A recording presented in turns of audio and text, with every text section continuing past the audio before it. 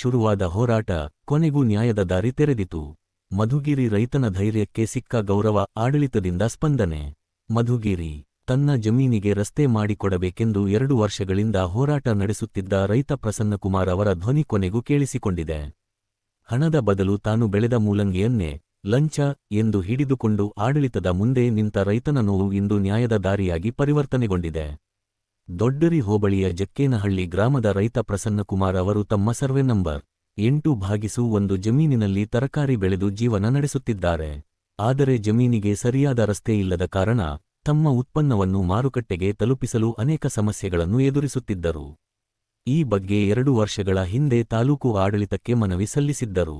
ಬಳಿಕ ಲೋಕಾಯುಕ್ತ ನ್ಯಾಯಾಲಯದ ಸೂಚನೆಯೂ ಬಂದಿದ್ದರೂ ರಸ್ತೆ ನಿರ್ಮಾಣದಲ್ಲಿ ವಿಳಂಬವಾಗುತ್ತಲೇ ಇತ್ತು. ಇದರಿಂದ ಮನನೊಂದು ರೈತ ಪ್ರಸನ್ನಕುಮಾರ್ ತಾಲೂಕು ಕಚೇರಿ ಮುಂದೆ ಮೈಕ್ ಹಿಡಿದು, ನನಗೆ ಹಣವಿಲ್ಲ, ನಾನು ಬೆಳೆದ ಮೂಲಂಗಿಯನ್ನೇ ಕೊಡ್ತೀನಿ ಎಂದು ಹೇಳಿದ್ದು ಜನರ ಮನಸ್ಸು ಕಲಕಿಸಿತು. ಅವರ ಈ ಧೈರ್ಯಮಯ ಹೋರಾಟಕ್ಕೆ ಕರುನಾಡ ನ್ಯೂಸ್ ಮೂಲಕ ಜನಮಟ್ಟದಲ್ಲಿ ಬೆಂಬಲ ವ್ಯಕ್ತವಾಯಿತು. ಸುದ್ದಿಗೆ ಸ್ಪಂದಿಸಿದ ಆಡಳಿತ ವ್ಯವಸ್ಥೆ ಕೂಡಲೇ ಕ್ರಮ ಕೈಗೊಂಡು ರೈತನ ಜಮೀನಿಗೆ ಕಾನೂನುಬದ್ಧವಾಗಿ ದಾರಿ ಬಿಡಿಸಿ ರಸ್ತೆ ನಿರ್ಮಾಣಕ್ಕೆ ಮುಂದಾಗಿದೆ. ಈ ಕುರಿತು ಉಪವಿಭಾಗಾಧಿಕಾರಿ ಗೋಟೂರು ಶಿವಪ್ಪ ಅವರು ಮಾತನಾಡಿ, ರೈತ ನಮ್ಮ ನಾಡಿನ ಆಸ್ತಿ, ಅವರ ಸಮಸ್ಯೆಗೆ ತ್ವರಿತ ಪರಿಹಾರ ನೀಡುವುದು ನಮ್ಮ ಜವಾಬ್ದಾರಿ. ತಪ್ಪುಗಳಿದ್ದರೆ ಕ್ರಮ ಕೈಗೊಳ್ಳಲಾಗುತ್ತದೆ ಎಂದು ಭರವಸೆ ನೀಡಿದ್ದಾರೆ. ಇಂದು ಪ್ರಸನ್ನಕುಮಾರ್ ಅವರ ಜಮೀನಿಗೆ ದಾರಿ ಸಿಕ್ಕಿದ್ದು ಒಂದು ರೈತನ ಸಂಕಷ್ಟ ಮಾತ್ರವಲ್ಲ, ಸಾವಿರಾರು ರೈತರ ಆಶಯ ಸಂಕೇತವಾಗಿದೆ. ನಾನವತ್ತು ಪ್ರತಿಭಟನೆಗೆ ದಾರಿ ಇಲ್ಲ ಅಂತ ಅಂದ್ಬಿಟ್ಟು ನಾನು ಪ್ರತಿಭಟನೆ ಮಾಡಿ ಸುಮಾರು ನಾನು ಇದು ಮಾಡಿದಾಗ ಎಲ್ಲ ಮಾಧ್ಯಮ ವರ್ಗದವರು ಬಂದ್ಬಿಟ್ಟು ನನಗೆ ಒಂದು ಸಹಾಯ ಮಾಡಿ ಹೆಲ್ಪ್ ಮಾಡಿದ್ದಾರೆ.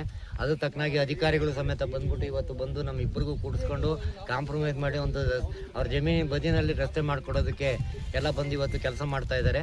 ಈಗ ಮಾಡಿಕೊಡ್ತಾರೆ, ಇನ್ನು ಸ್ವಲ್ಪ ಹೊತ್ತಲ್ಲಿ ಮಾಡ್ತಾರೆ.